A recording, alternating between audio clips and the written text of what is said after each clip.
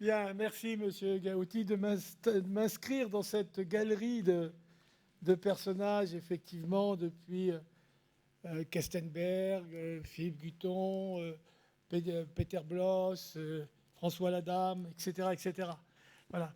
Donc, effectivement, aujourd'hui, d'abord, merci aux organisateurs de m'offrir cette possibilité de vous causer des adolescents. Merci à vous d'être encore présents après une journée d'une grande densité que nous avait préparée Sarah Cosero, avec beaucoup de densité. La première chose, après, à partir de là, vous voyez, éteignez si vous voulez, voilà. La première chose à partir de là, première chose que je voudrais vous dire, c'est, au fond, à travers cette journée, vous n'êtes pas seul. Vous n'êtes pas seul et euh, vous avez la possibilité de travailler à plusieurs. Cette dernière exposé sur les déclics et sur les fameux patates chaudes, les enfants, les ados incasables, vous montre qu'effectivement, il y a aujourd'hui des méthodes de réflexion et de travail. Pendant longtemps, moi, j'ai été dans des structures où on cherchait à construire l'institution qui accueillerait les jeunes rejetés de partout. Évidemment que cette institution n'existe pas, parce qu'à la seconde où elle a créé, il y a à nouveau des jeunes qui sont exclus de cette institution. Donc il faut penser parfois autrement, et vous l'avez vu à travers cette créativité. Dans cette journée, on s'est promené depuis le premier exposé de M. Lafont qui semblait un peu, bon voilà, qui était un peu accablant, mais qui a recueilli des applaudissements. Et les applaudissements importants que son exposé a recueillis montrent aussi qu'il est touché à une sensibilité, une forme de sentiment d'accablement, de ne plus y arriver, d'être stressé, etc. Alors, c'est vrai, l'exposé de M. Gauti vient de le dire, que la temporalité psychique de ces jeunes est une temporalité relativement lente, longue, progressive, et qu'elle est de moins en moins acceptée dans une besoin d'urgence, de réponse rapide, de dispositifs rapides, et qu'effectivement, il y a cette tension permanente dans ces jeunes. Alors ça, c'est le premier point, vous n'êtes pas seul. Le deuxième point, ça a été bien montré avec les petits débrouillards, par exemple, c'est que la santé mentale, c'est extrêmement vaste, ça ne concerne pas que les professionnels du soin ou les professionnels sociaux, ça concerne l'ensemble de la population et on a besoin de mobiliser tout un tas de personnes bienveillantes qui ont envie de s'y coller, telles que par exemple les petits débrouillards qui font un travail avec certains jeunes. Donc tout cela, c'est important. Mais tout cela implique le réseau. Et moi j'ai beaucoup comparé le réseau au filet du pêcheur. Un pêcheur, il lance son filet et le soir, il répare les mailles du filet. Parce que si le soir, il ne répare pas les mailles du filet, il y a 2-3 mailles qui sautent et les poissons traversent le filet. Donc un réseau, c'est très bien, mais ça demande une énergie régulière et réinsuffler de l'énergie pour que le réseau reste vivant et reste dynamique. Donc ça veut dire que ce genre de réunion, on l'a faite une fois, mais elle n'a de sens que si dans 1 an ou dans 2 ans. Tous les ans, c'est presque trop rapide. Mais 2 ans, qu'est-ce qui a été fait entre nous? Comment ce fameux, par exemple, le truc sur ordinateur qu'on a vu juste avant, je ne sais plus comment, j'ai oublié son nom, Viapsi, voilà, quels sont les progrès, comment ça fait, qui l'a utilisé, comment ça marche, etc. C'est-à-dire qu'il faut vraiment insuffler cette énergie. De ce point de vue-là, les pouvoirs publics, institutionnels, l'ARS, sont peut-être l'organisme qui permet d'insuffler cette énergie pour que le réseau reste utile et vivant. Et qui dit réseau dit cohérence. Ça a été plusieurs fois dit. Le risque, c'est quand plus on est nombreux, plus chacun tire sa couverture vers lui, plus chacun reste dans sa pratique, plus chacun voit le problème à partir de son point de vue. Et effectivement, s'il n'y a pas de cohérence, ça risque de partir dans tous les sens ou de faire du surplace. C'est soit on s'agite dans tous les sens ou on fait du surplace. Une des difficultés de la santé psychique des jeunes, c'est que ça touche à plein de domaines différents. C'est l'éducation nationale, qui quand même, c'est la famille d'abord, les parents, et donc la dynamique familiale. C'est l'éducation nationale, c'est la justice, c'est la protection de l'enfance, c'est l'aide sociale à l'enfance, c'est la médecine somatique, c'est effectivement la psychiatrie. Et tout ce monde-là doit arriver pour les cas les plus difficiles, à fonctionner à peu près ensemble. Pour toutes ces raisons, je pense que quand il y a des situations avec un jeune qui implique au moins 3 structures, quand il n'y en a que 2, bon, on peut s'entendre comme ça. Mais quand il y a 3, un thérapeute en ville, un ITEP, et puis encore autre chose, la justice, etc., il devrait y avoir à chaque fois, outre les rencontres interinstitutionnelles, un référent. Un référent qui est celui qui va accompagner le jeune et qui va rendre compte des décisions à son jeune et qui va être, je dirais, en charge de voir la cohérence des décisions prises. Donc on n'en arrivera pas à ça. Je pense qu'on risque d'être dans des tiraillements permanents. Alors la question c'est au fond, est-ce que les jeunes aujourd'hui vont plus mal qu'avant? Je le disais tout à l'heure à la directrice adjointe de l'ARS, Madame, redites-moi son nom, Madame Albert, voilà, ça y est. Je le disais à Madame Albert ce matin, je ne suis pas convaincu que les jeunes aillent beaucoup plus mal qu'il y a plusieurs années, mais quand ils vont mal autrement. Et d'autre part, la sensibilité de la société a énormément augmenté. Il y a quelqu'un, M. Lafont disait tout à l'heure qu'il a 40 ans qu'il exerce. Moi, ça fait un peu plus de 50 ans, 55 ans. Donc, j'ai un certain recul dans l'affaire. Et les jeunes qu'on voyait qui allaient mal en 1970, par là, ils n'allaient pas mal de la même manière. Ils étaient repliés, ils étaient coincés, ils étaient enfermés dans leur chambre, ou dans la claustrophobie des schizophrènes. Les autistes étaient repliés, se tapaient sur la tête, etc. Les inhibés étaient dans leur coin, bégayaient. Avez-vous remarqué, par exemple, que le bégaiement, je ne dis pas qu'il a disparu, mais jadis, dans un collège, dans un des lycées, ou dans une classe, il y avait pratiquement un enfant bègue par classe. Maintenant, ça a quasi disparu. Quasiment disparu, le bégaiement. Alors, il y en a encore un peu, de temps en temps. On oublie les pathologies qui ont disparu. L'inhibition, le repliement, ça s'est beaucoup atténué. Il y en a beaucoup moins. Pour vous dire, en gros, la schizophrénie en tant que telle, plusieurs enquêtes mondiales montrent que la schizophrénie en tant que pathologie mentale, en particulier chez les jeunes, a tendance à diminuer. Je ne dis pas qu'il n'y en a plus. Je dis que ça a tendance au profit de pathologies complexes, telles qu'on appelle les états limites, les troubles narcissiques, les pathologies du comportement, etc. Tout ça, ce sont des troubles maintenant externalisés. Quand la jeune va mal, jadis, il était dans son coin, il se repliait, il se tapait peut-être la tête contre les murs. Aujourd'hui, il crie, il proteste et il demande qu'on s'occupe de lui. D'une certaine manière, je pense que c'est un progrès, même si pour les adultes, c'est plus difficile. Les jeunes, au fond, n'acceptent plus d'aller mal aujourd'hui. Et ils protestent. Donc cette protestation, c'est celle qu'on entend. De mon point de vue, c'est un critère de, comment dois-je dire, je devrais dire d'espoir, où il y a encore de la santé. Donc il ne faut pas se lamenter, je dirais. Alors, aujourd'hui, malgré tout, bon, soyons quand même cohérents, dans cette protestation, les jeunes cumulent, comme ça a été dit. Tentatives de suicide, dépression, consommation de produits, comportements violents, addictions diverses, dépendance aux écrans, etc. Enfin, et dernière problématique, les questions du genre et de l'incertitude quant au genre. Donc on voit bien qu'il y a à la fois des évolutions, il y a des nouvelles expressions psychopathologiques. Il reste des jeunes qui vont bien, ça a été dit. En gros, il y a à peu près 80%, 85% des jeunes qui vont bien. Il y a 15% des jeunes qui ont quand même pas mal de difficultés. Bon, 15% dans une population, c'est pas négligeable, hein, mais enfin, il ne faut jamais oublier les 85% qui vont bien.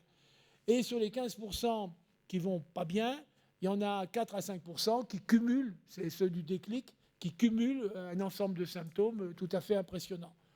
Donc je pense que, vu le nombre qu'on est, on devrait arriver à des prises en charge à peu près cohérentes. Alors c'est vrai qu'il y a moins de pédopsychiatres. On se posait la question tout à l'heure, mais au Conseil de l'Ordre, en 2007, je crois, il y avait 1700 ou 1800 pédopsychiatres inscrits au Conseil de l'Ordre avec le diplôme, le desk de pédopsychiatrie. Aujourd'hui, il y en a moins de 500. J'ai bien dit qu'il y en a moins de 500. Alors, ça ne veut pas dire qu'il n'y a pas, comme on l'a dit tout à l'heure, tout un tas de personnes qui exercent des positions médicales en pédopsychiatrie. Il y en a moins de 500. Et sur ces 500, il y en a 70% ou 60% qui ont plus de 60 ans. Donc ça va aller diminuant. Même si on augmente à nouveau le nombre de pédopsychiatres, je ne suis pas sûr que l'exercice de la pédopsychiatrie en 2050 sera le même que l'exercice de la pédopsychiatrie au début de ce siècle. Donc il faudra que ça change. Mais j'ai quand même entendu, M. Lafont l'a dit, il y avait 3 orthophonistes, il y en a 60 maintenant, et il y avait quelques psychologues, il y en a 85 dans le département. Ces gens-là, ces personnes, parmi vous il y a des psychologues, sont quand même des personnes qui ont une grande compétence dans l'accompagnement, dans l'écoute, etc. Et donc, il y a des éléments essentiels. Ce que disaient ces jeunes de l'ITEP quand ils quand ils allaient voir le psychologue, le ou la psychologue, c'est qu'ils recevaient quelqu'un qui les écoutait, qui était bienveillant, qui avait une forme de sollicitude et d'empathie. Et au fond, pour ces jeunes, rencontrer quelqu'un comme ça, qui est bienveillant, attentif à leur vie, qui partagent leur vie, leurs pensées, leur capacité d'expression. On le voyait pour un certain, c'était tout à fait remarquable, ce jeune de 14 ans qui s'exprimait avec grande qualité. Eh bien, on voit bien que ce soutien, on pourrait dire ce soutien narratif, prendre l'habitude de raconter sa vie à quelqu'un et de se la raconter ensuite à soi, en soi, cela, ça a une fonction de soutien et de soins psychiques bénéfiques.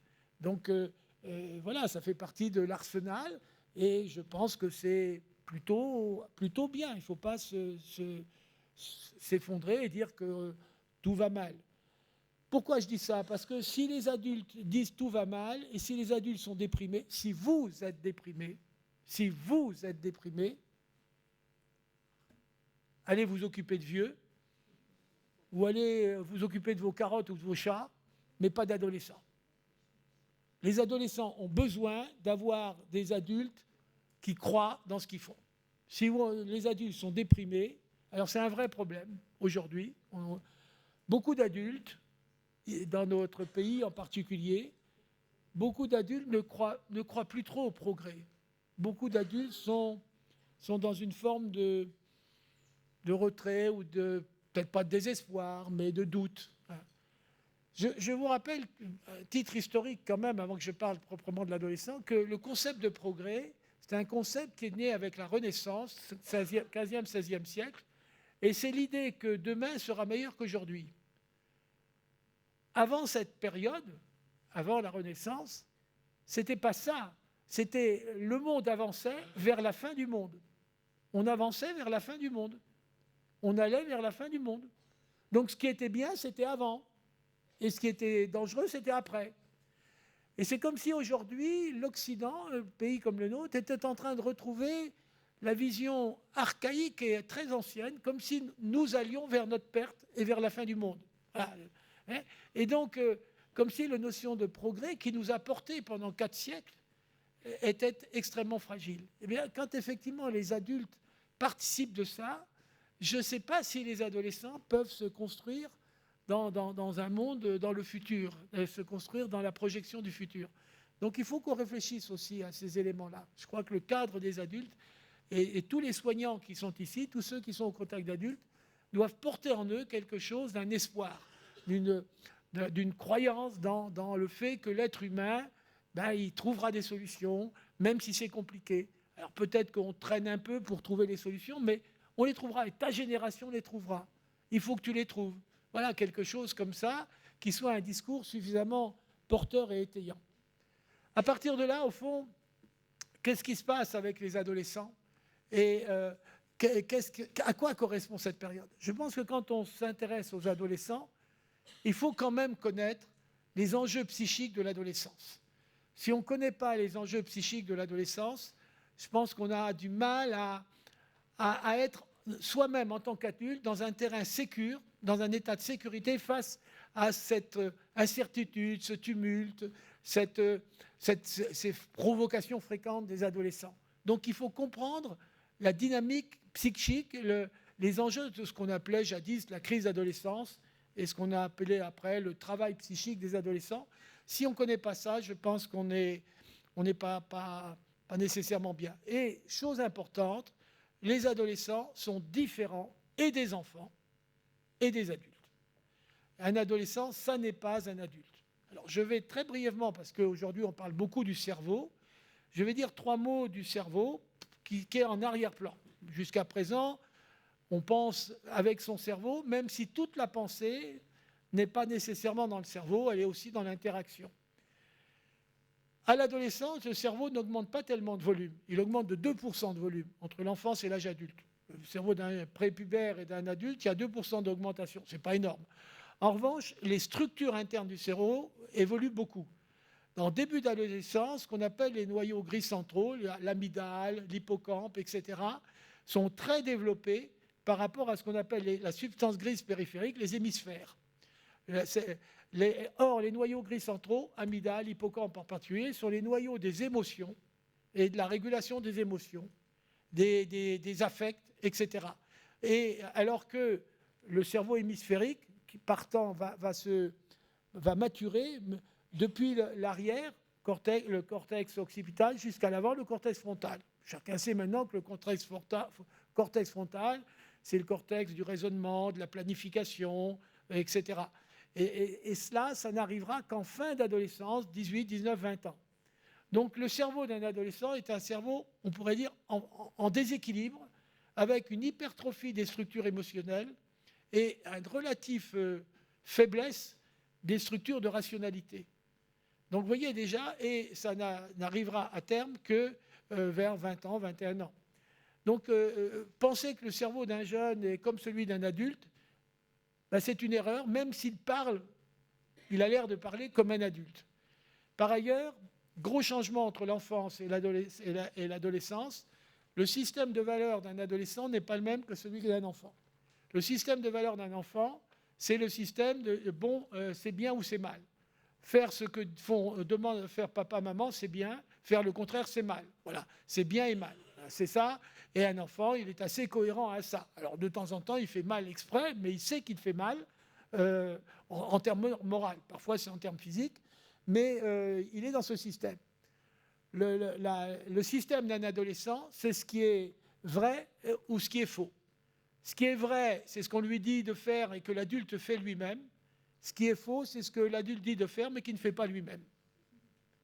Pour un adolescent, car l'adolescence, c'est l'âge où l'enfant veut devenir adulte.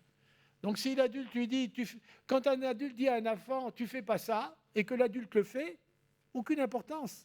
L'enfant dit, bon, moi je suis un enfant, donc je ne dois pas faire ça, mais lui, en tant qu'adulte, il peut le faire. Bon, voilà. Donc l'adulte, avec un enfant, peut dire, tu fais comme ça, et puis moi je fais le contraire, ou tu fais pas ça, et moi je le fais. Il y a toujours... D'ailleurs, un adulte a des relations sexuelles, un enfant n'a pas de relations sexuelles. Donc effectivement, un adulte fait des choses qu'un enfant ne peut pas faire. C'est aussi simple que ça. Pas la peine d'avoir fait 14 ans d'études de psychiatrie pour dire ça. Mais parfois, c'est bon de le répéter. En revanche, un adolescent, il veut accéder à ce que fait l'adulte. Par exemple, il accède à la sexualité. Et si effectivement l'adulte commence à lui dire « tu fais pas ça et moi je le fais », cet adulte n'est pas crédible. Or, regardez dans la société le nombre de fois où on dit aux adolescents « ne fais pas ça » et où la société le fait en général. Donc effectivement, les adolescents c'est ce que je dirais un petit peu par la suite, considèrent que les adultes sont des bouffons, sont des clowns, et on ne les écoute pas. Voilà. Et comme ils ont un système émotionnel très développé, ils sont souvent, j'y reviendrai, dans une forme d'excitation émotionnelle. Et ce qu'un adolescent adore, et vraiment adore, c'est appuyer sur le bouton qui déclenche l'excitation des adultes, soit de papa-maman, soit des profs, soit de la société. Quand un adolescent a trouvé le bouton qui déclenche l'excitation, évidemment, ça s'appelle de la projection, il projette sur l'environnement sa propre excitation. D'ailleurs, puisque j'en suis là, je vais maintenant introduire les éléments de l'adolescence. Qu'est-ce qui se passe à l'adolescence? Qu'est-ce qui fait que c'est une période particulièrement charnière? La première chose que je voudrais dire, c'est que l'adolescence, on est d'accord, c'est la transformation pubertaire, et qu'à partir du moment où l'adolescent traverse la puberté, il ne sera plus jamais comme il était avant. Le temps de l'enfance, c'est le temps de la circularité, c'est le temps circulaire, le temps du retour. Les vacances, les fêtes, l'anniversaire, on part en vacances, etc. le temps de l'enfance, c'est le temps de la répétition circulaire, le temps archaïque des Grecs de la circularité, de l'éternel retour. C'est ça le temps de l'enfance. À partir du moment où l'être humain entre dans la puberté, il y a une brisure de ce temps circulaire pour entrer dans le temps linéaire, le temps qui file et ne revient plus, le temps de l'angoisse existentielle. Qu'est-ce que je vais devenir? Où est-ce que je vais? Donc la puberté, c'est la brisure du temps rassurant, circulaire de l'enfance pour entrer dans le temps angoissant, le temps linéaire de l'incertitude existentielle des êtres humains. Donc il y a quelque chose de fondamentalement différent et qui brise quelque chose d'une sécurité. Donc si effectivement cet être humain qui traverse la puberté a vécu dans une insécurité permanente au niveau de son enfance, eh bien cette brisure temporelle aggrave l'insécurité, d'où un certain nombre qui partent en vrille à ce moment-là. Retenez que effectivement, la puberté, c'est la perte du vert paradis des amours enfantines, c'est-à-dire qu'on ne sera plus jamais comme avant et on entre dans l'angoisse existentielle, l'angoisse de la solitude, etc., du monde. Donc, et toutes les enquêtes montrent que les émergences anxieuses s'aggravent à l'adolescence, soit apparaissent, soit s'aggravent à l'adolescence d'une manière considérable, avant parfois de diminuer un peu au niveau de l'âge adulte. Alors maintenant, venons-en, une fois qu'on a bien ça en arrière-plan, dans l'adolescence, qu'est-ce qui se passe? Et je vais parler d'abord et uniquement de l'adolescent. L'adolescent va être amené à traverser 3 axes de vulnérabilité, 3 domaines où il va être vulnérable. L'axe de ce que j'appelle l'excitation, l'axe de la transformation du corps et de la perte de l'image de soi, et l'axe de l'entrée dans la sexualité. Ces 3 axes-là vont entraîner une vulnérabilité accrue de l'adolescent et qui va le mettre dans une période, de tremblement. Plus l'adolescent a un passé qu'on appelle tranquille, rassurant, construit, régulier, justement, où cette temporalité circulaire lui a donné cette base de sécurité que nous, les psys, on appelle la base narcissique, le socle, plus l'ébranlement de ces 3 axes de vulnérabilité sera tolérable. Plus la base est vulnérable, plus il y a eu des brisures, des cassures, des violences, des abus, enfin tout ce que vous avez vu, plus cet ébranlement de la pubertaire va devenir menaçant pour le jeune. Et une menace qui est une menace à l'intérieur de son ventre, dans son ventre, c'est-à-dire quelque chose qui se passe. Alors, brièvement, très brièvement, ces 3 axes. Le premier, c'est l'excitation. On ne comprend rien aux adolescents si on n'a pas compris qu'entre 11 ans et demi, 12 ans et 16, 17 ans, ils sont dans un état d'excitation. Ils sont excités. Alors, je préfère le mot excité parce que ça renvoie à quelque chose de...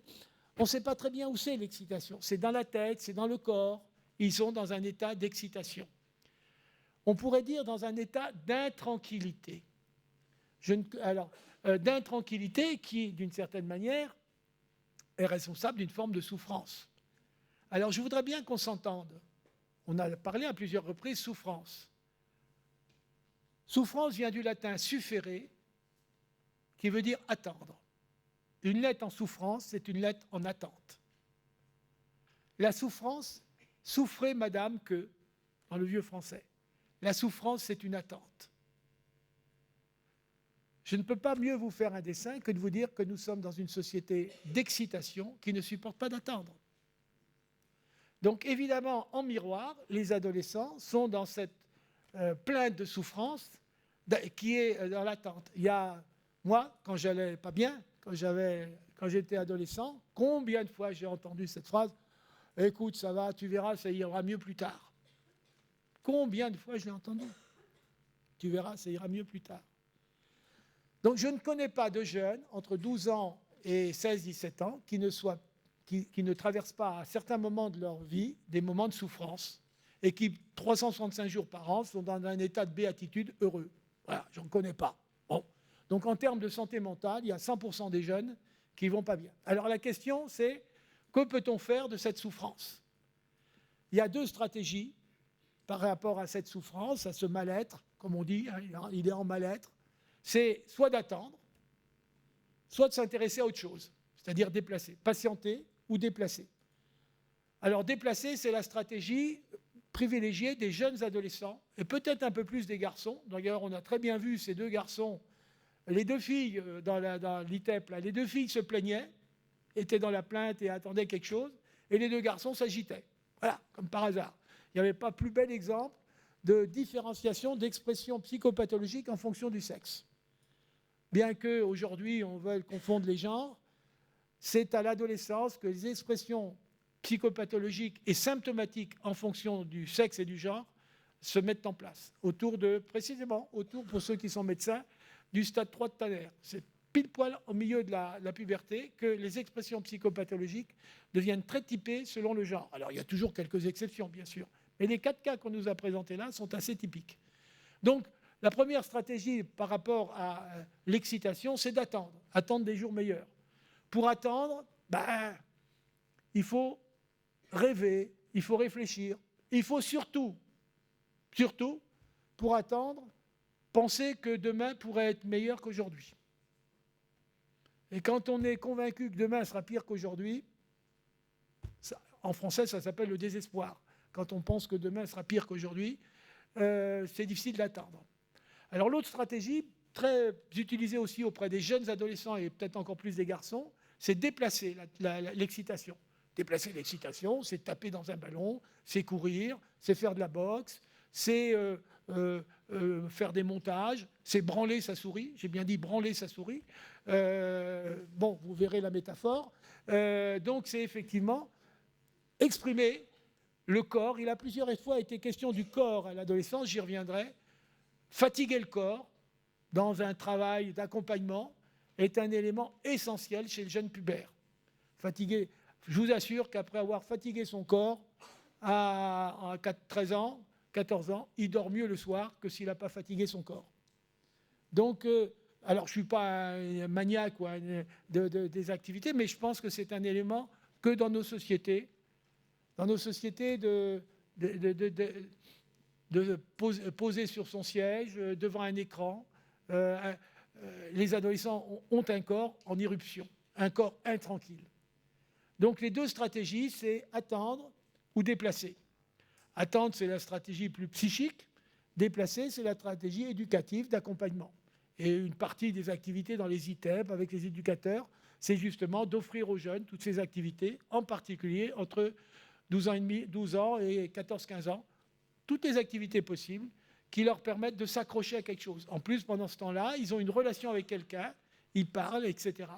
Et donc, on voit bien cette dimension. Là, une des jeunes jouait à des jeux, des garçons jouait à des jeux avec la psychologue. Et elle sait très bien, cette psychologue, que si elle s'installe en face du jeune et qu'elle lui dit « alors qu'est-ce que tu vas à me dire ?» Il va rester là 3 minutes, il partira. Si en revanche, on se met à jouer, on va faire des jeux, on s'amuse, on rigole, on n'est pas content, on discute. Ah tiens, et puis t'étais chez tes parents, comment ça s'est passé? Donc à cette occasion-là, on va donner une petite phrase et mettre un petit caillou. Donc l'excitation. Vous ne comprenez rien à nos jeunes si vous n'avez pas compris qu'ils ont une forme d'excitation qui les envahit. Et ils n'ont plus de tranquillité interne. Et bien sûr, si cette excitation pubertaire entre en résonance avec une excitation environnementale, dans la famille, on se tape sur la figure, on hurle, on crie. Dans l'institution, on hurle, on crie et on est excité. Dans la société, on hurle, on crie, on est excité. Cette excitation devient traumatique. Elle déborde. Et donc, il n'y a pas d'autre solution que d'appuyer sur le bouton pour déclencher l'excitation des parents, des éducateurs, des adultes. Le processus de déclic, c'est justement d'apaiser, de se réunir et d'apaiser un peu les choses. Premier point, l'excitation. Deuxième point, la transformation du corps. Évidemment que la puberté, c'est une transformation du corps, j'y serai simple. Il faut comprendre que la puberté est une attaque en règle du sentiment d'identité. Car jusqu'à présent, le sentiment d'identité passe par le corps. Le corps, c'est notre véhicule identitaire les uns par rapport aux autres. Quand notre corps change, ce changement est une menace pour le sentiment d'identité. Le psychisme, par opposition au fonctionnement du cerveau, Le psychisme, j'aime à dire que le psychisme, j'utilise cette métaphore, c'est la glande. Évidemment, ce n'est pas une glande, mais c'est une bonne image. Le psychisme, c'est la glande de l'illusion de la continuité existentielle. C'est le sentiment qu'hier, on était comme aujourd'hui et que demain, on sera comme aujourd'hui. Sur 3 ans, sur 3 jours évidemment, mais sur 3 ans, c'est déjà plus délicat. Par exemple, l'immense majorité des femmes vous diront qu'après une grossesse, elles ne sont pas tout à fait comme elles étaient avant, y compris sur le plan psychique. Mais on a le sentiment de rester les mêmes. Le sentiment de mêmeté, c'est ce qui garantit notre sentiment d'identité. Or, la puberté, c'est une attaque en règle de ce sentiment d'identité. Et ce sentiment d'identité ne pourra être, je dirais, préservé, là encore, que si le socle est suffisamment solide. Si le socle n'est pas solide, la base narcissique dont j'ai parlé tout à l'heure, eh bien, tout risque de s'effondrer. Plus le socle est fragile, plus effectivement l'adolescent va partir en vrille dans les différents moments. Donc, travailler sur l'identité, travailler sur, par exemple maintenant avec les trucs les morphings sur les écrans d'ordinateur, les photos, la vidéo, tout ça, il y a plein d'instruments qui permettent justement de travailler autour de ça. Le travail aussi avec les animaux, c'est un élément essentiel, car les animaux nous regardent avec une espèce de bienveillance constante et qui ont une forme de réassurance. Donc il y a des stratégies comme ça pour permettre à ce jeune de traverser un minimum de sentiment d'identité, de continuité existentielle. Et bien entendu, pouvoir se raconter. Qu'est-ce qu'on disait tout à l'heure, M. Gauti, à propos de cette narrativité? C'est reconstruire des biographies. Je suis frappé de tous ces jeunes qui errent dans une forme d'errance institutionnelle comme ça. Ça fait 50 ans que je dis, mais ces jeunes devraient avoir un carnet avec des photos, des lieux où ils étaient, de la chambre où ils étaient, etc. Le nom de la personne, si on ne veut pas laisser la personne en photo, voilà. Mais ils devraient avoir des trucs pour se repérer. Dans l'enfance, les enfants, je l'ai dit tout à l'heure, ce que les enfants aiment bien, c'est retrouver les lieux où ils étaient, retrouver leur lieu de vacances, retourner chez les grands-parents, revoir quelque chose. Or, ces jeunes-là, ils sont souvent dans une errance, ils ne reviennent jamais sur les lieux où ils étaient avant. Imaginez-vous tous les uns les autres que chaque mois, vous allez dans un lieu nouveau et que vous ne revenez jamais sur les lieux où vous avez vécu antérieurement. Il y en a combien parmi nous qui deviendraient complètement fous? Mais mettez-vous à leur place, à la place de ce qu'on leur fait vivre. Donc reconstruire cette narrativité, leur donner ces carnets de vie.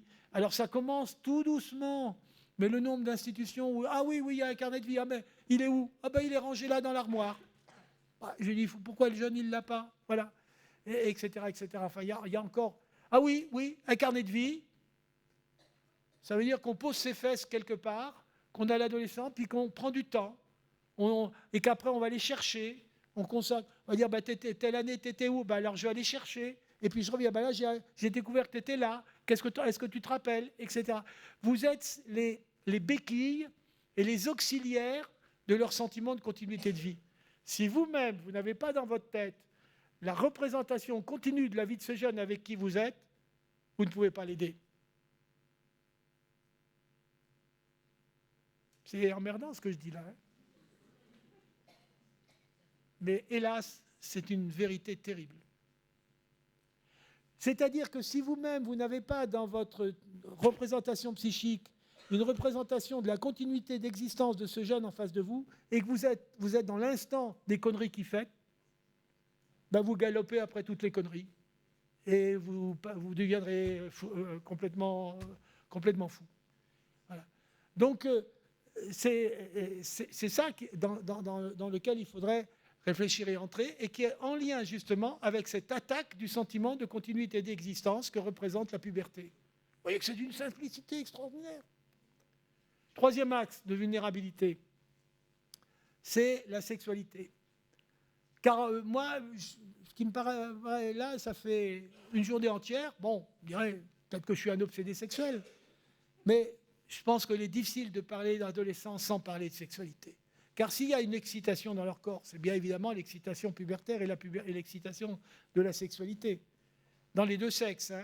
C'est bien cela dont il s'agit. Comment mettre... Et Qu'est-ce que fait la sexualité? La sexualité, entre 14 et 15 ans, elle pousse le jeune hors de lui-même. Elle le pousse vers l'autre. Et bien évidemment que si l'autre est vécu comme un objet dangereux, si depuis qu'il est tout petit, il reçoit des claques, il reçoit des refus, des humiliations, des rejets, se sentir poussé vers l'autre, c'est une quasi-persécution interne. Avoir envie d'aller vers l'autre, il faut avoir confiance en l'autre. Ça s'appelle maintenant ce qu'on appelle la confiance épistémique. La confiance épistémique, c'est avoir le sentiment que l'autre est là pour vous aider et qu'il est là pour vous apprendre quelque chose, il est là pour vous apporter quelque chose. Alors vous aider intellectuellement, vous apprendre quelque chose, vous aider socialement, vous apprendre, vous accompagner, vous aider psychologiquement, voilà, vous aider affectivement, comprendre vos émotions, etc. Donc il y a plusieurs types de confiance, mais d'une manière générale, moins vous avez de confiance épistémique, moins vous pouvez aller vers les autres. Et bien évidemment, tous les jeunes dont on a parlé, qui ont des traumatismes multiples, n'ont aucune confiance épistémique.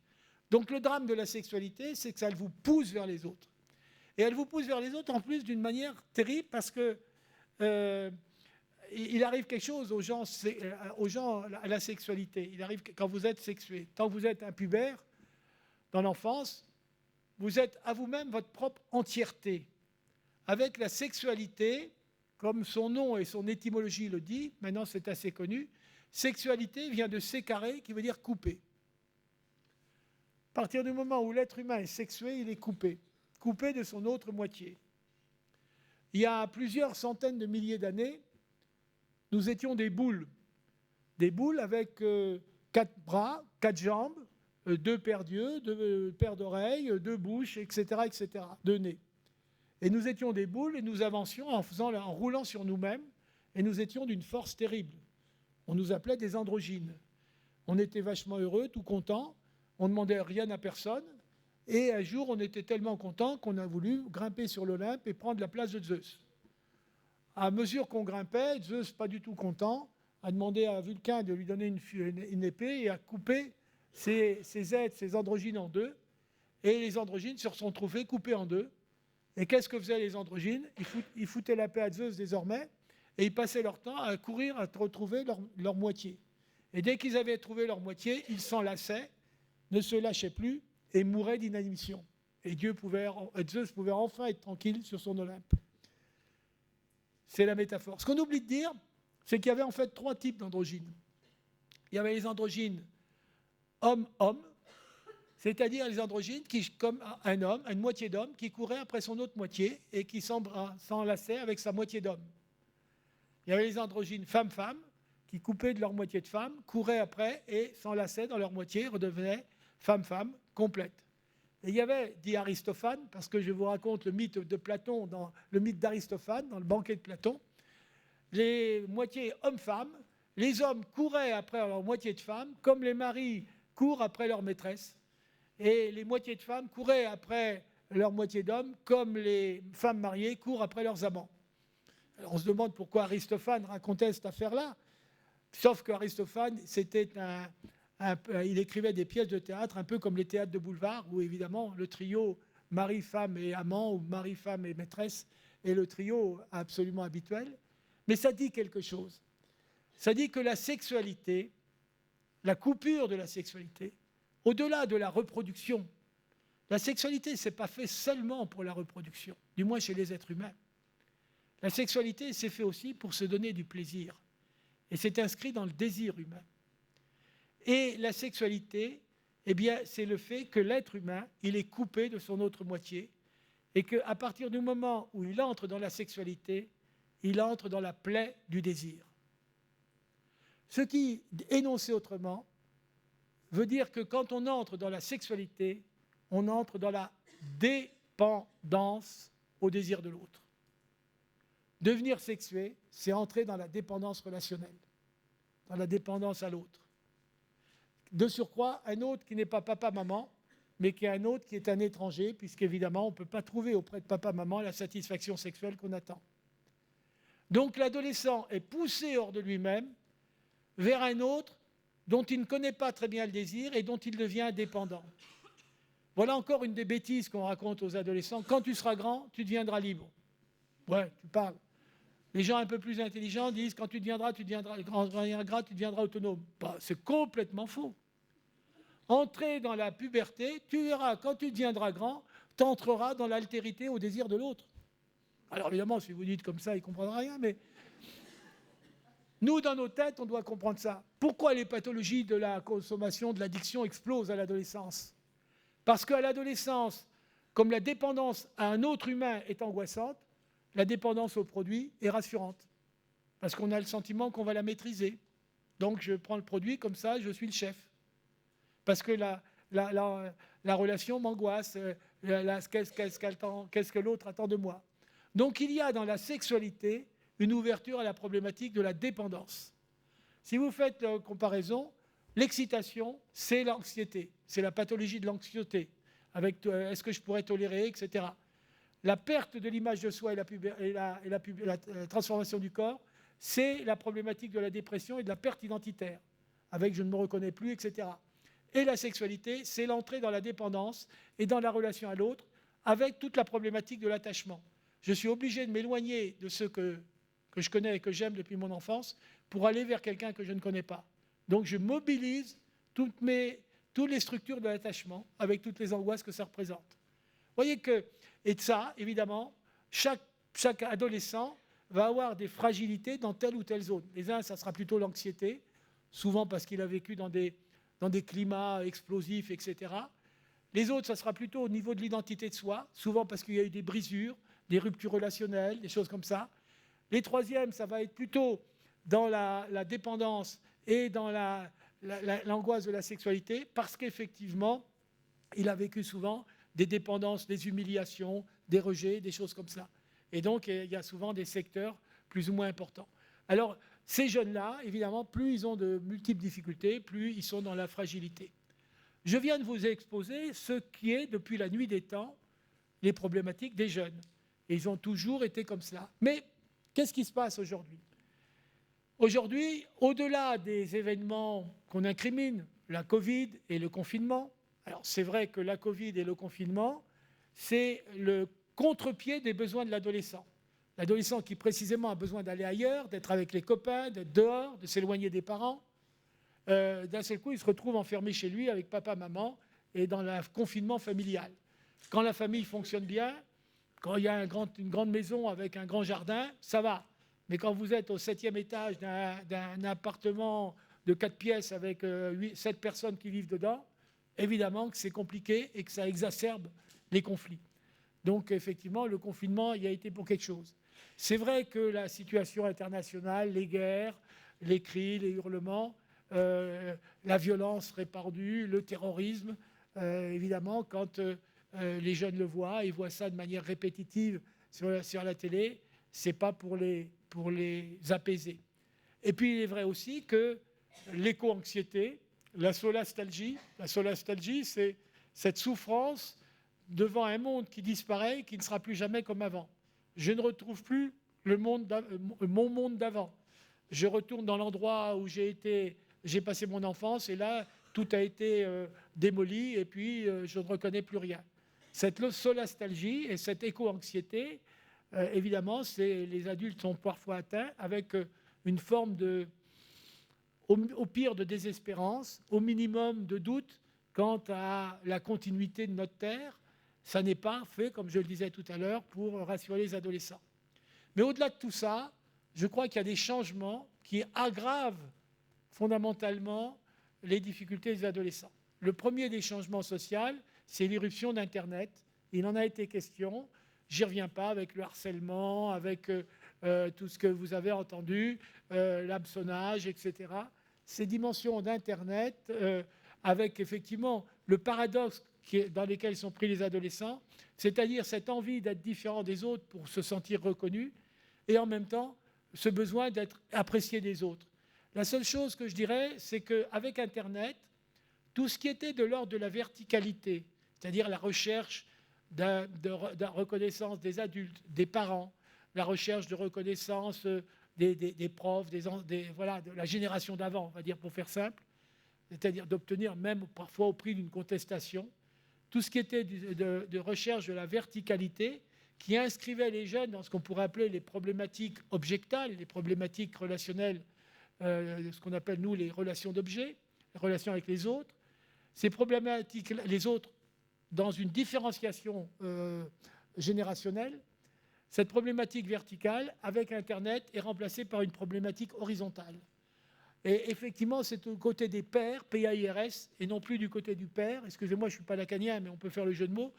C'est du côté des pairs, P-A-I-R-S, qu'on va chercher ce qu'on ne trouve plus du côté des pairs ou de la génération, pour ne pas uniquement parler des pairs, de la génération verticale. Et donc, effectivement, il y a dans cet Internet une espèce de forme à la fois d'excitation, d'intérêt de connaissance à travers le monde, mais en même temps de mimétisme absolument terrible qui les prend. Merci, oui, vous pouvez me remplir un verre puisque vous avez commencé, c'est autant de faire comme ça. Merci Sarah. Il y a quelque chose qui effectivement, dans cette horizontalisation de leurs problématiques, qui est absolument terrible pour eux. Car il y a les ingrédients d'une mise en feu permanente, dont les événements de fin juin, début juillet, avec le décès et la mort de Naël, ont été un exemple, avec ces jeunes qui se filmaient, etc., en train de détruire.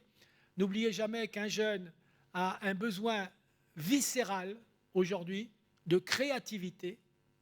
C'est ce qu'on dirait ce que je parlais tout à l'heure dans les activités de déplacement et de médiation, un besoin viscéral de créativité, car c'est à travers la créativité qu'il va construire son sentiment d'originalité, de sentiment d'être différent des autres, d'originalité. Et à défaut de créativité, comme le dit Jamais, à défaut d'être génial dans la créativité, je peux être génial dans la destructivité. La destructivité, c'est le génie créatif de celui qui n'a pas les moyens de créer et d'inventer. Et donc, Internet, de ce point de vue, par la diffusion des images de toutes sortes, montre un peu le génie de la destructivité potentielle. Alors, les plus intelligents fabriquent les vidéos, les plus ordinaires rigolent de ces vidéos, et les plus imbéciles n'ont qu'une envie, c'est d'agir ces vidéos avec les drames que ça entraîne. Eh bien, effectivement, Internet, à travers cette extime qui envahit l'intime, cet Internet, je dirais, corrompt la vie d'un certain nombre de jeunes, même si les jeunes qui vont bien, j'insiste, bénéficient d'Internet et bénéficient de l'ouverture au monde que ça représente. Donc je ne diabolise pas Internet.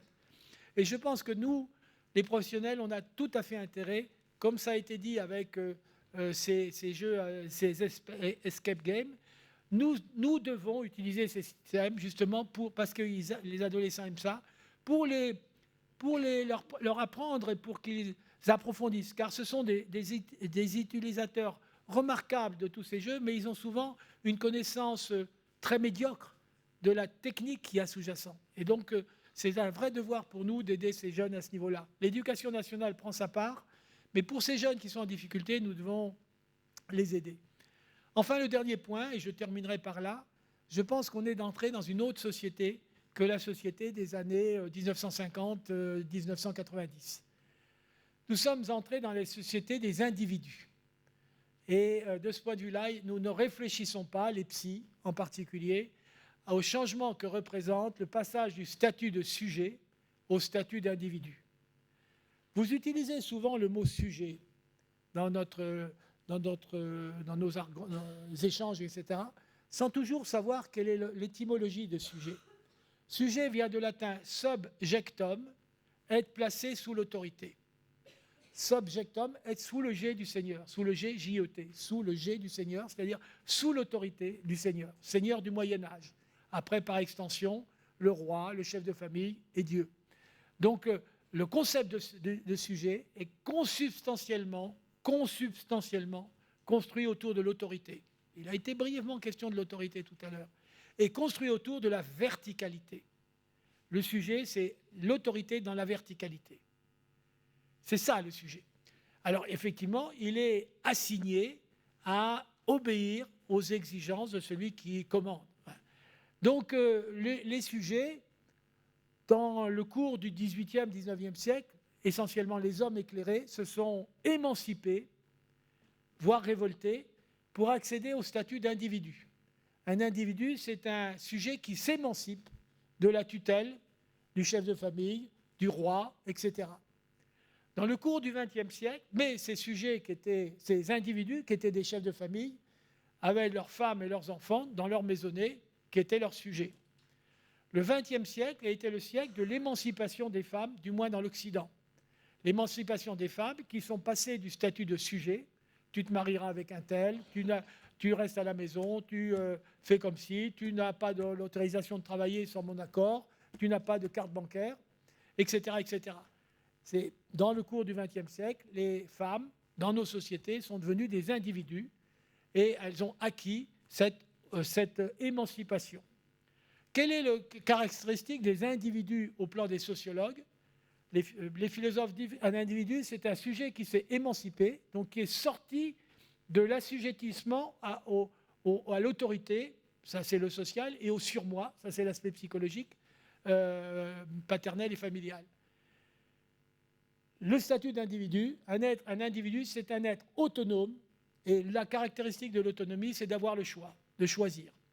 C'est l'objet de mon dernier ouvrage, avoir trop de choix.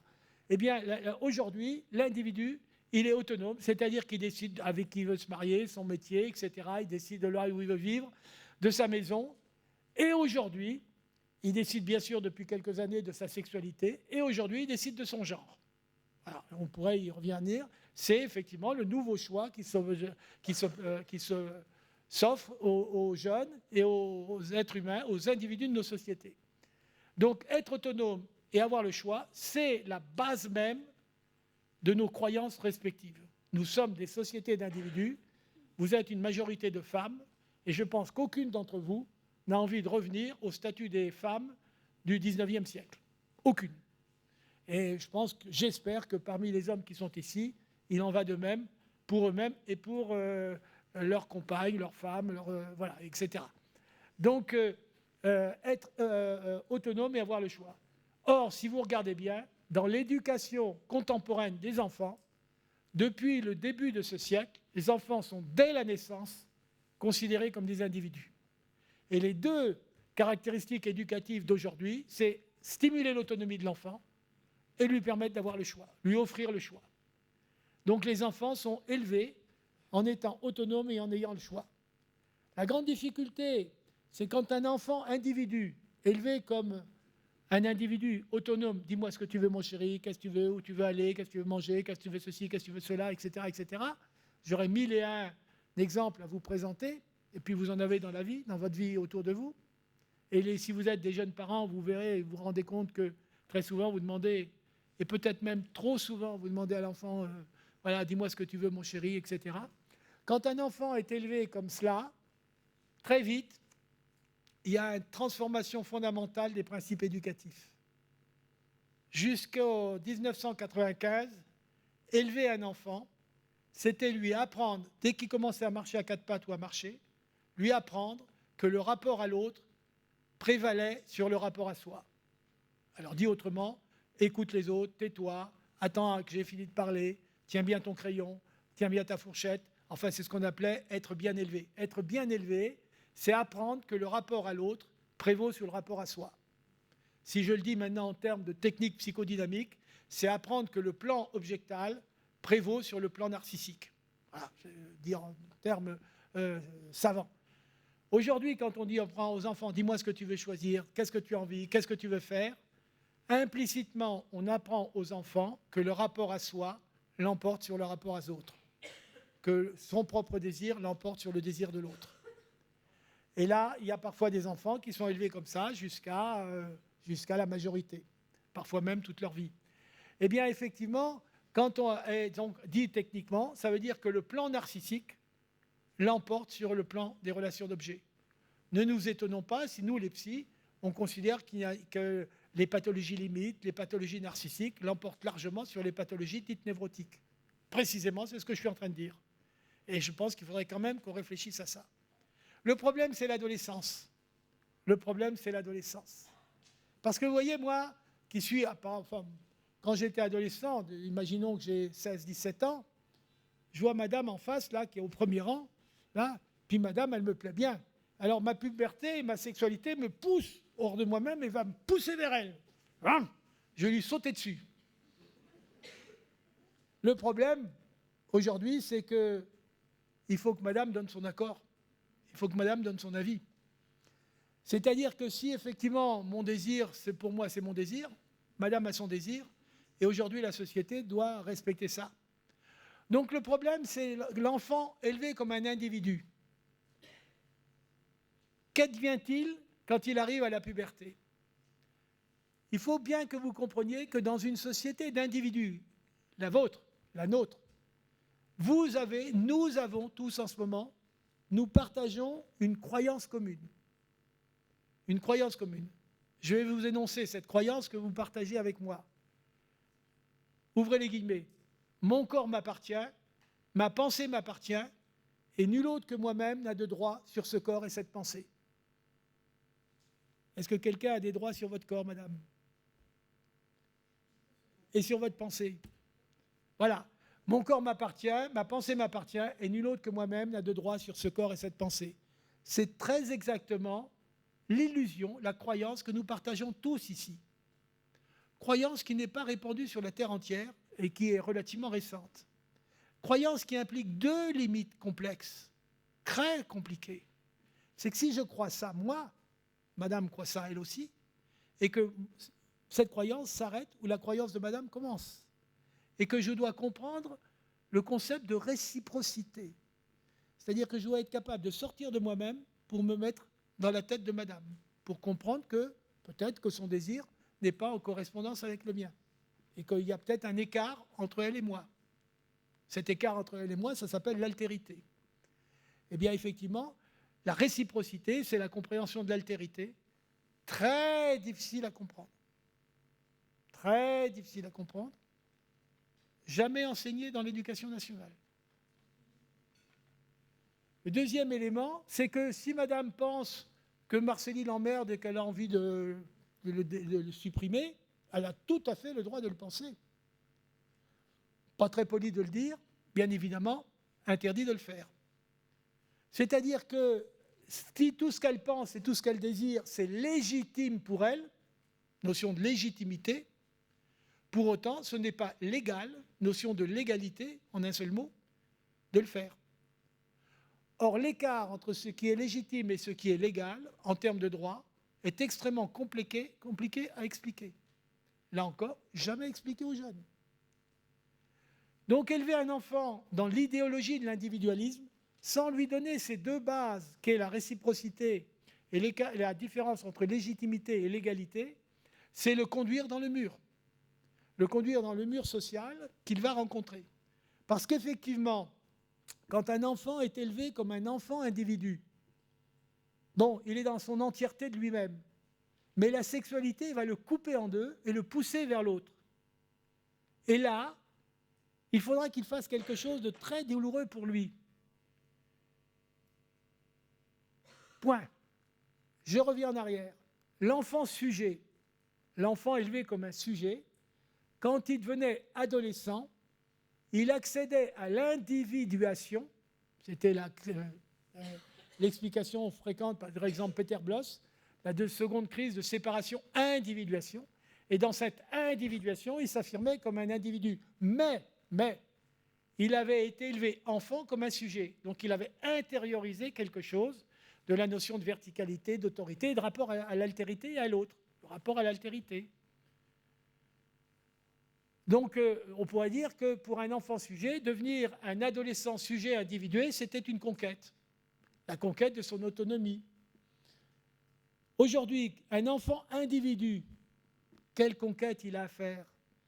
Il doit au contraire devenir un adolescent individu subjectivé, c'est-à-dire accepter de mettre en soi la part de l'autre, s'amputer de ça. Ce mot que vous aimez répéter avec tous les adolescents qui vous posent problème, s'amputer de sa toute-puissance. La toute-puissance, c'est l'entièreté de mon désir. moi je désire, donc voilà, les autres doivent s'aligner sur mon désir. Devenir un adolescent individu subjectivé, c'est accepter de dire mon désir bute sur le désir de l'autre.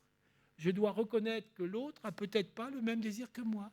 Je dois intérioriser cette dimension de subjectivité et m'amputer de cette part de l'autre.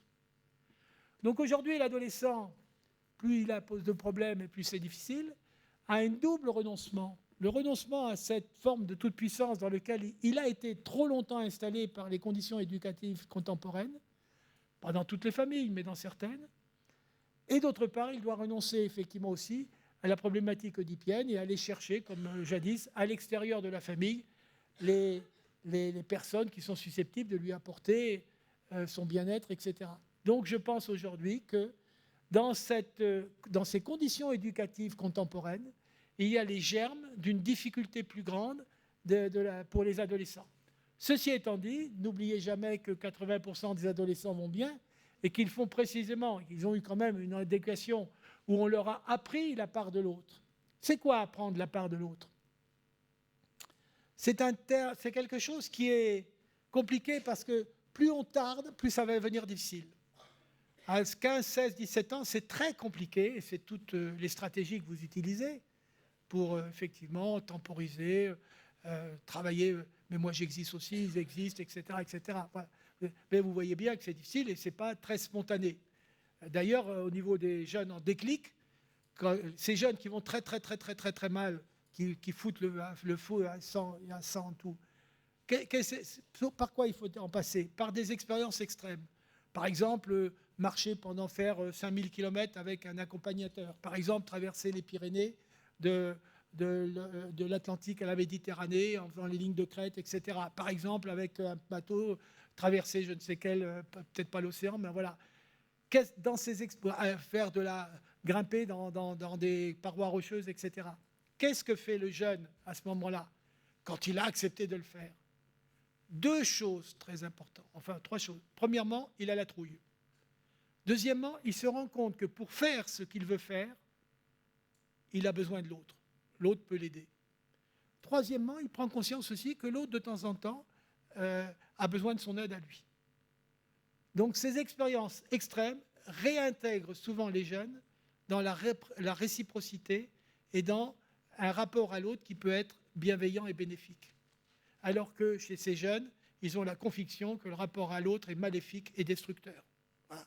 Donc c'est souvent dans ces expériences extrêmes, et il faut parfois en passer par là, pour redonner à ces jeunes ce vécu-là. Alors effectivement, aujourd'hui, les enfants, quand ils sont effectivement trop dans le « que veux-tu mon chéri, dis-moi », trop le choix, parce que trop de choix, qu'est-ce que je veux dire quand trop de choix bouleverse l'éducation ? Eh bien effectivement, quand on a trop de choix, quand l'enfant est trop dans le choix, il finit par croire quoi ? Par vivre quoi ? Il finit par vivre que son désir, c'est ce qu'il y a de plus important. Le risque, c'est qu'à vivre comme ça, très vite, l'être humain devient esclave de son désir. Esclave de son désir, c'est quand, par exemple, un petit enfant, à force de désirer, il a envie de quelque chose, et dès qu'il l'a, il veut autre chose. Parce que ce qui est important, ce n'est pas la chose, c'est d'avoir le désir et d'avoir le choix. D'être dans un désir insatiable. Et ça, c'est souvent la stratégie des petits. Et la stratégie des plus grands, c'est « qu'est-ce que tu veux, mon chéri ?» « Ah ben moi, je veux rien. Moi, j'ai envie de rien. » C'est s'installer dans le refus. L'installation dans le refus, c'est une manière de conserver dans sa main l'entièreté du désir, l'entièreté du choix. Tant que je ne m'engage pas, j'ai l'entièreté du choix. Car tout choix, vous le savez maintenant, implique un renoncement. Et tout choix implique une souffrance. Ça veut dire que si, dans la petite enfance, entre 12 ou 14 mois et 3-4 ans, de temps en temps, c'est une fois par semaine, une fois tous les 15 jours. Si de temps en temps, l'enfant n'a pas fait l'expérience de la souffrance d'un désir non satisfait, n'a pas fait l'expérience de la souffrance d'un désir non satisfait, très rapidement, le désir devient son tyran. Parce que, effectivement, le désir doit être satisfait, mais comme la raison d'être du désir, c'est la fin sans fin. C'est la fin, F-A-I-M, sans fin, F-I-N. Ce qui tue le désir, c'est la réalisation du désir. Donc évidemment, quand on est sans arrêt dans l'excitation du désir de l'enfant, évidemment qu'à ce moment-là, ça va devenir de plus en plus difficile et que la puberté, avec cette excitation interne, va réveiller cette problématique. Donc les jeunes d'aujourd'hui sont confrontés aussi aux conséquences des excès éducatifs parfois prônés par la société.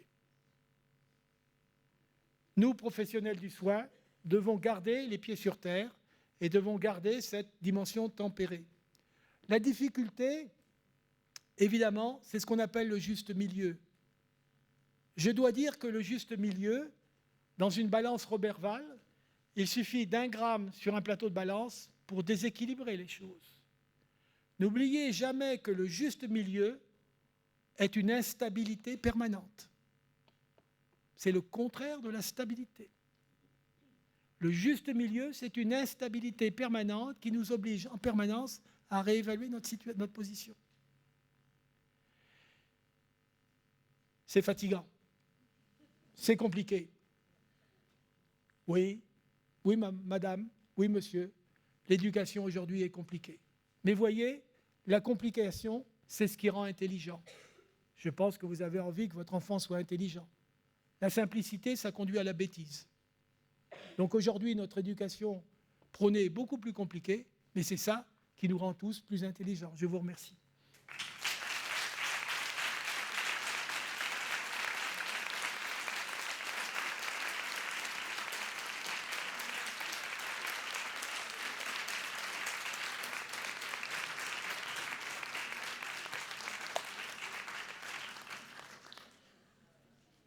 Alors, où est Sarah? Alors. Bon, vous avez des questions. Il faut que je fasse tout dans cette maison. Vous avez des questions? Ah, vous êtes un peu bousculé, hein? Alors bon, je ne veux pas vendre ma soupe, mais enfin, vous trouverez dans Trop de choix et dans Moi je, bien plus développé que je l'ai fait, car je n'ai fait que... Il faudrait par exemple réfléchir sur qu'est-ce que c'est que ce concept d'individu qu'on nous vend à tous, etc. S'occuper d'enfants et s'occuper d'adolescents, c'est vraiment comprendre aussi l'arrière-plan à la fois éducatif, psychopathologique, etc. Et voilà, avancer, être dans la santé mentale, c'est développer ces différents secteurs. Allez-y.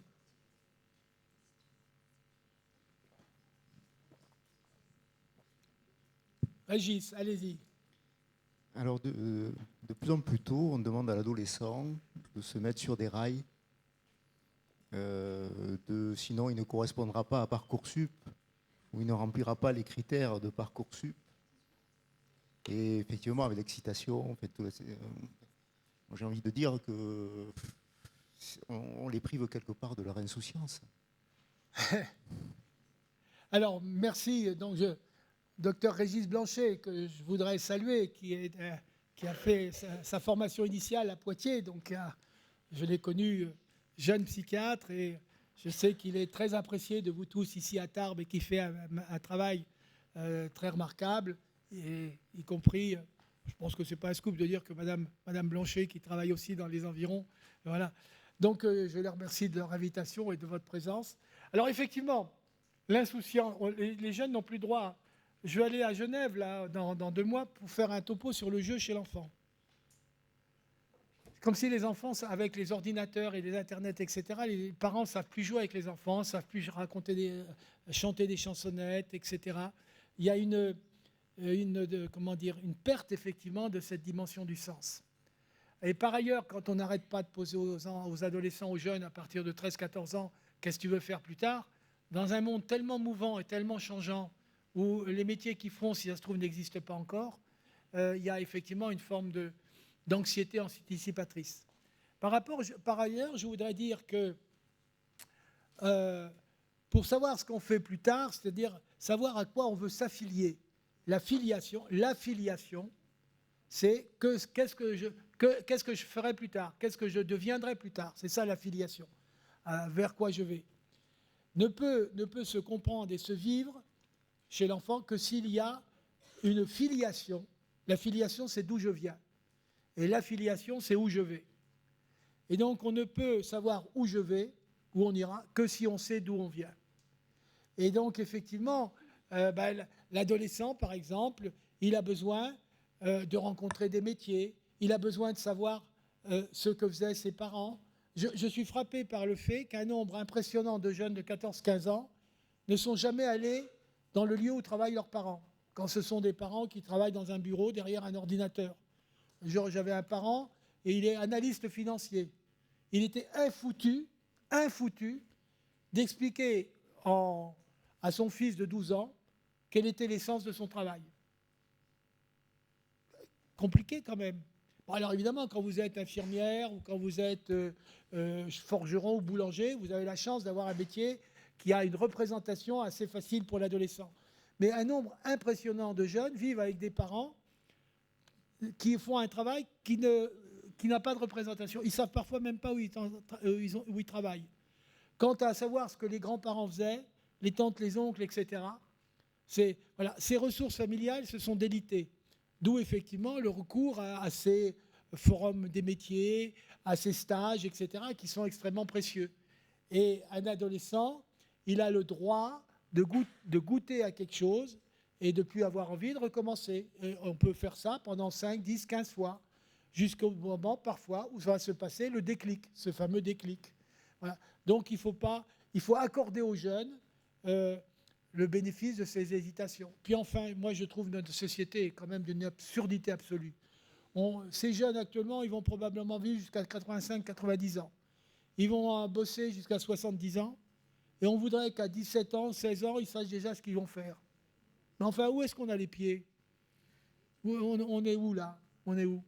Si on accordait aux jeunes le temps de leur maturation. Tout ça pourquoi ? Parce qu'il faut qu'après le bac, ils soient dans la filière qui corresponde au métier qu'ils feront.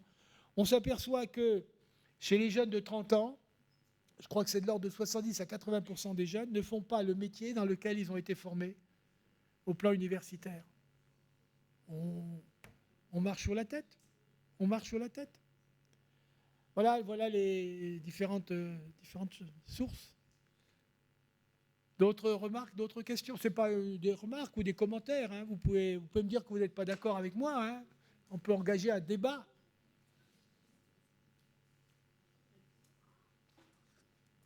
Alors, je n'ai pas dit, mais pour les psychologues, les psychiatres, le rapport du sujet au médecin ou au professionnel du soin, pour ne pas dire médecin, au professionnel du soin, le rapport du sujet au professionnel du soin, c'est un rapport de demande. Je vous demande, et il y a celui qui sait, voilà, qui est le professionnel du soin, psychologue, orthophoniste, médecin, et puis il y a le patient qui demande. On est dans le registre de la demande. Le patient formule une demande au soignant.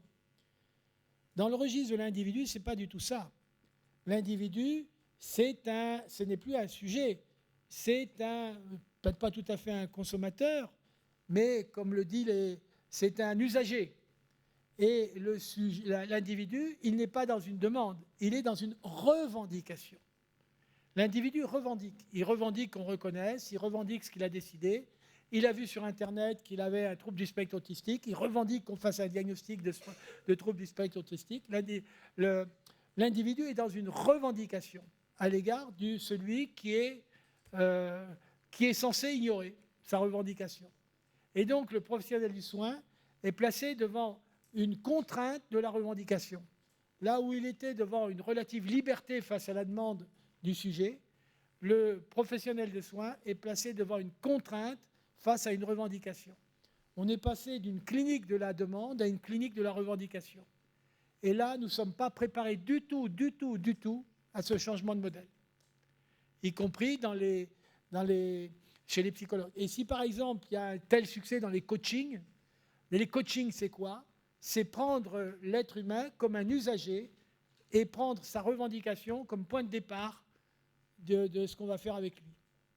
Et c'est en plus lui dire, tu auras 8 séances Donc de lui dire, je te prends uniquement ponctuellement et je ne t'engage pas dans un soin interminable, dans une dépendance interminable.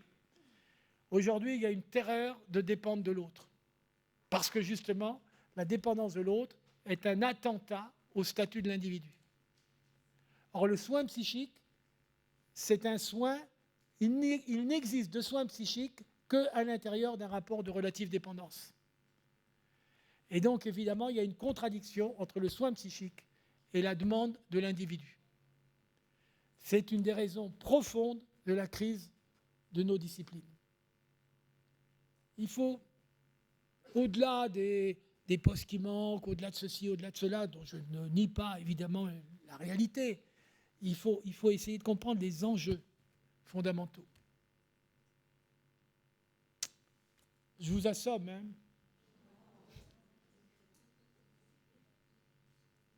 Bon, quand vous aurez écrit 30 livres, réfléchis pendant 55 ans sur la pédopsychiatrie, vous verrez, vous ferez comme moi. Merci beaucoup, professeur Marcelli, pour cette intervention absolument passionnante. Je vais laisser le mot de la fin à Manon Mordelet, la directrice de la délégation départementale de l'ARS Occitanie. Merci.